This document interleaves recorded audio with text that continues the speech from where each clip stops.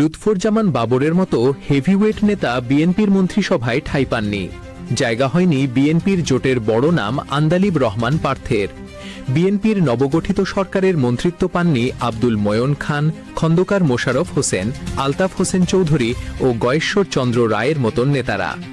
বর্তমানে নেতৃত্ব পাওয়া অনেকের থেকে তাদের অভিজ্ঞতা ও দক্ষতা বেশি, এটি চোখ বন্ধ করেই বলে দেওয়া যায়। অতীতে অনেক গুরুত্বপূর্ণ মন্ত্রণালয়ের দায়িত্বেও তারা ছিলেন। মন্ত্রিত্ব না পাওয়া বড় নেতাদের দেখে নিন। শুরুতেই লুৎফুজ্জামান বাবর। দেশের রাজনীতিতে বাবরের এক অবিশ্বাস্য প্রত্যাবর্তন হয়েছে। 2001 সালে স্বরাষ্ট্র প্রতিমন্ত্রীর দায়িত্ব পালন করেছিলেন বাবর। তবে ক্ষমতা ও আধিপত্যে তিনি পূর্ণমন্ত্রীকেও ছাপিয়ে গিয়েছিলেন।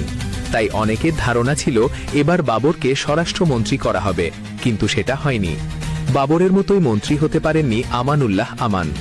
তিনি যে 5 বার নির্বাচনে অংশ নিয়েছেন, প্রতিবারই বিজয়ী হয়েছেন।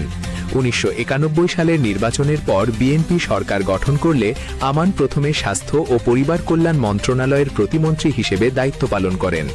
2001 সালে পুনরায় দল সরকার গঠন করলে তাকে শ্রম ও কর্মসংস্থান মন্ত্রণালয়ের প্রতিমন্ত্রী বানানো হয়।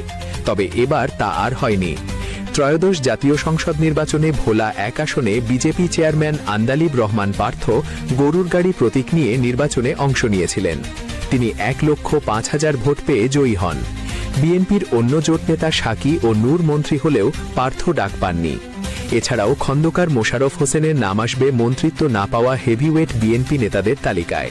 তিনি 2001 থেকে 2006 পর্যন্ত 4 দলীয় জোট সরকার আমলে স্বাস্থ্য ও পরিবার কল্যাণ মন্ত্রণালয়ের দায়িত্ব পালন করেন। বিএনপির আরেক নেতা অবসরপ্রাপ্ত air vice marshal Altaf Hossain Chowdhury এবার কোনো মন্ত্রণালয় পাননি। 2001 থেকে 2004 পর্যন্ত তিনি স্বরাষ্ট্রমন্ত্রী হিসেবে দায়িত্ব পালন করেছিলেন। তালিকায় তার নাম না থাকাটা রাজনৈতিক মহলে হতাশার সৃষ্টি করছে। এই হেভিওয়েট নেতাদের সাথে আরও অনেক নেতাই মন্ত্রিসভায় ঠাঁই পাননি।